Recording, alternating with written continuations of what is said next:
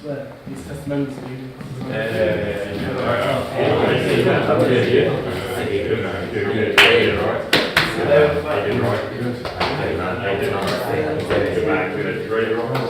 Alright lads, settle down. It's amazing to have everyone back here playing at Old Trafford. The best compliment I can give you, apart from being a great team, is you've all turned out great guys. I'm really proud of you, every one of you.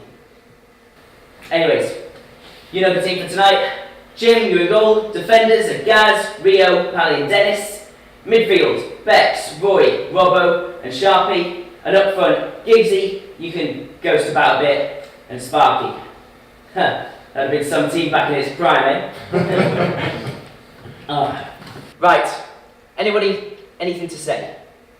This is an interesting thing. How many times did I say, anybody have anything to say? Not once did any of you speak up, not once. Well, this is your last chance. We were normally asleep. Arrow to my heart. Right, get ready lads, warm up, and don't lose it.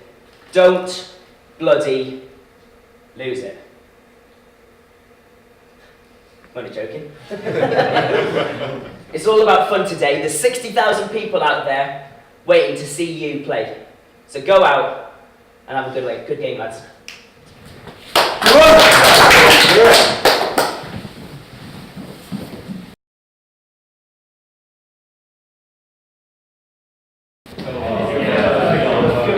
Yeah, come on in, grab a drink, lads. A decent first half, although some shoddy defending for that goal. Don't stop, Gaffer. It's going to be like the old days. You're not going to use the hairdryer on us, are you? Nah, those days are long gone. Gaffer, I have never seen any manager rage like you used to do in the changing rooms. Remember at Anfield when Incy let Redknapp score, you went ballistic. Remember the treble season, we were drawing at Sheffield and knew that bollocking was on the cards. I didn't expect the gaffer to lose his cool to such an extent that nearly wiped our stand season. This is the biggest ever shite I've ever seen, you said. I thought you were going to explode. Yeah, you lashed out at that treatment table when it flying at stand. It's a good job he pulled his feet back and stuck his hand over his bollocks. One of my personal favourites was your rant at Peter Barnes. You knew he hadn't played well, so you knew you were going to have a go at him. The first question you asked was, where is that Barnes? Who was it that replied, that must be him in the bath? I checked the bath area, but the bastard wasn't there. It was hilarious watching Fergie leave the room and a dripping wet Barnsley appearing in towels. He was under the water the whole time, hiding in the bath. At one instance, you'll be taking charge of some mammoth match in the world spotlight, and then the next you'll be throwing your cards out like a bad-tempered brat. Good thing it all remained in the dressing room. In public we knew you'd always have our backs. The club stood by me, you players stood by me. And now I get to sit back and watch without suffering with you. Right, go on lads, go out there and enjoy the second half.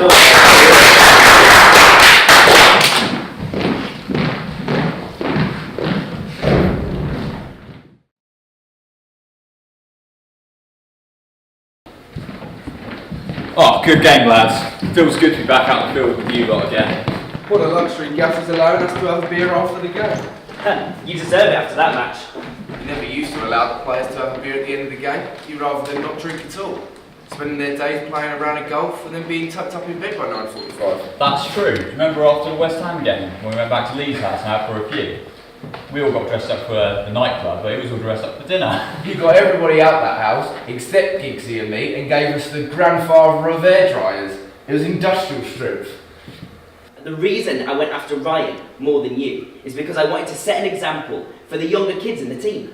I'm sure that's partly why there's so many lads came through the system at United. Perhaps I was a bit out of order, but it wasn't a breach of club rules, and bursting into my house was counterproductive. I resented it.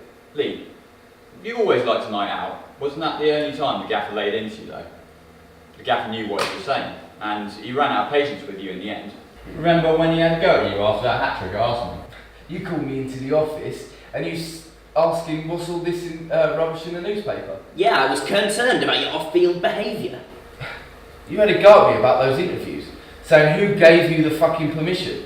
There was nothing to say that I'd done well. You were just straight into bollocking. You should have just said keep your feet on the ground and concentrate on your game. I wish you could have said something encouraging about after that performance. You had a chance of making it big. You had everything a wide attacking player needed to be successful in top-flight football. I'm not saying he didn't have a point. If you thought I might have let success go to my head, I'd have accepted it. But you should have sat me down, talked to me man to man.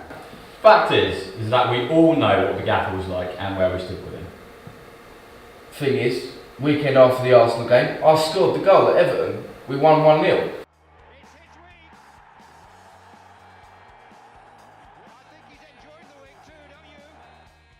Lee, You stormed right up to me, leant right in. Who the fucking hell do you think you are?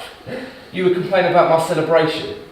Okay, yeah, I danced, but what's wrong about that? you've tried to make out that the boss victimised you and ruined your career, yet there were times when you were unprofessional.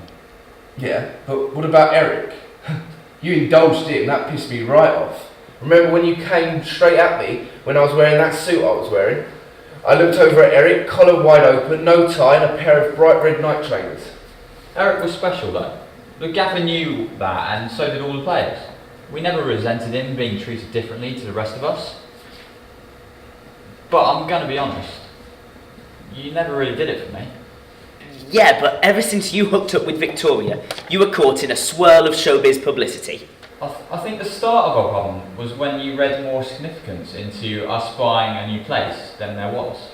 Living in the south was not fair on the team, the fans, or me. Ever since you laid boot on the ball, you had a talent. And yet, you were the only player I managed who chose fame over football. Your celebrity status was growing all the time, but it was clear that it was getting on Gaffer's nerves. The Leeds game was pivotal. It became a big story how you missed the training session before the game. Yeah, I was down at the house in London. Brooklyn was running a fever. To be honest, even if I'd known what the consequences were going to be, I'd still have made that same decision. Besides, I'd only ever missed one day of training before in 9 years as a pro. Well, there was no way I could consider involving you in that Leeds game after that. You made things worse when you set me off in the next training session. You refused to accept that you had anything to answer for, so I kicked off. It was your sneering tone that made me flip. My decision to leave you in the stands at Leeds became a bit of a drama, but it was pretty straightforward for me. Then, in your final season with us, your work rate was dropping, and we'd heard rumours of a flirtation between Real Madrid and your camp. I was just relieved when you let things go after a couple of days. You're the last person in the world I wanted to fall out with. You had questioned my loyalty to Man U, and that stung. I've been at the club for 13 years. It seemed I couldn't do anything right in your eyes. To be honest, Bex, it was reaching a stage back then when I felt uncomfortable with the celebrity aspect. Case in point, before a trip to Leicester City, I noticed the press lined up on the road into Carrington. 20 photographers, all because you were showing your new shaved head. You wore that beanie hat all day and night. Going out for the pre-match warm-up, the beanie hat was still on. I told you to take it off and you went berserk. At that time, I was losing hope for you. I could see you being swallowed up by the media. Well, I think I've grown up a bit. And I think now I respond better to encouragement than I do to being picked on. What about the day Fergie kicked the boot and it struck you above the eyebrow? I wasn't playing well. Nobody else did. I took my boots and shin pads off straight away afterwards because I got a knock on my leg. It would be fair to say the gaffer was steaming in the dressing room that day. Edu. Two up with him. Wiltord. Good chance for Arsenal. There's Soon and Wiltord. And Arsenal go 2-0 up. And Wiltord, whose goal here. I couldn't just sit there and take it. I said it wasn't my fault, but you kept going. I couldn't believe it. I felt like I was being bullied. There was a boot on the floor, you swung your leg and kicked it. At me, at the wall. You could have gone anywhere. You were that angry. I don't know if I've ever lost control like that in my life before. And then the next day, the story was in the press. It wasn't my fault! I walked out of the house the following morning with my hair pulled back to stop it falling against the cut over my eye. And within a couple of minutes, someone had taken the photo that was all over Monday's paper. The minute a Manchester United player thinks he's bigger than the manager, he has to go. Singling me out in the dressing room hadn't been fair. And then, when we played Real Madrid, you started rolling. I'd been expecting it, but it was like being hit between the shoulder blades. David, you were at a great club. You had a fine career, And with that gone, you lost the chance to become an absolute top-class player.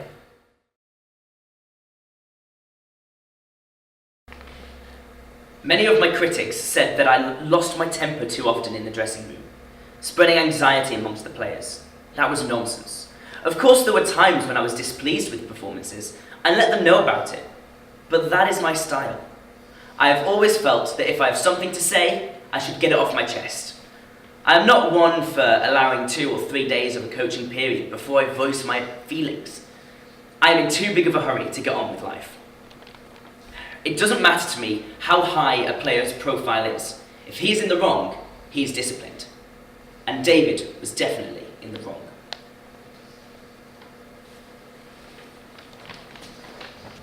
For all his undoubted qualities as a football manager, that was the way Alex Ferguson, ultimately, underneath it all, ruled by the roost, by fear. It is added elements that often makes the difference for as many successful managers and one aspect they feel they have to have. The one thing I could never allow was a loss of control, because control was my only saviour. As with David Beckham, I knew the minute a football player started trying to run the club, we would all be finished. The real players like that. They like a manager who's tough, or who can be tough.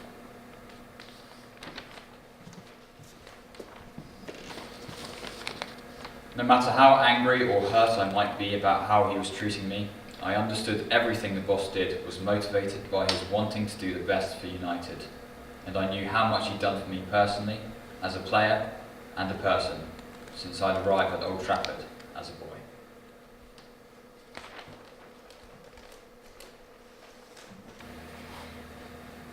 The bottom line was always that Manchester United had to be victorious. That winning culture could be maintained only if I told a player what I thought about his performance in a climate of honesty. And yes, sometimes I would be forceful and aggressive.